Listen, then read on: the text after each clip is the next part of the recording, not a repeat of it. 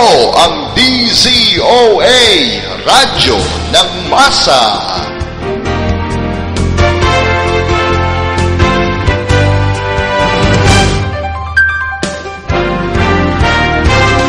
Magandang tanghali po, ito ang DZOA, Radyo ng Masa.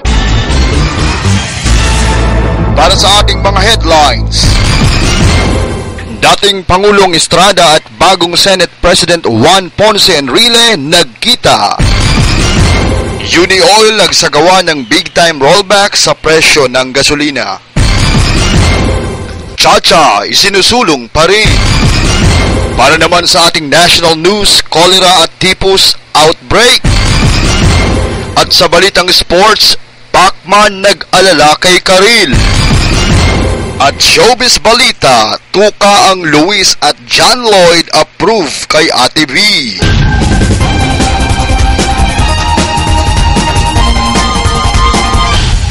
Dating Pangulong Estrada at bagong Senate President Juan Ponce Enrile nagkita, ang ulat ni Noel Galigao.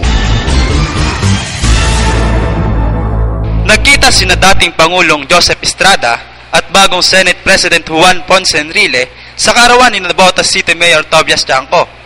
Dumalo rin ang dalawa sa pagbubukas ng bagong sport complex sa nasabing lungsod.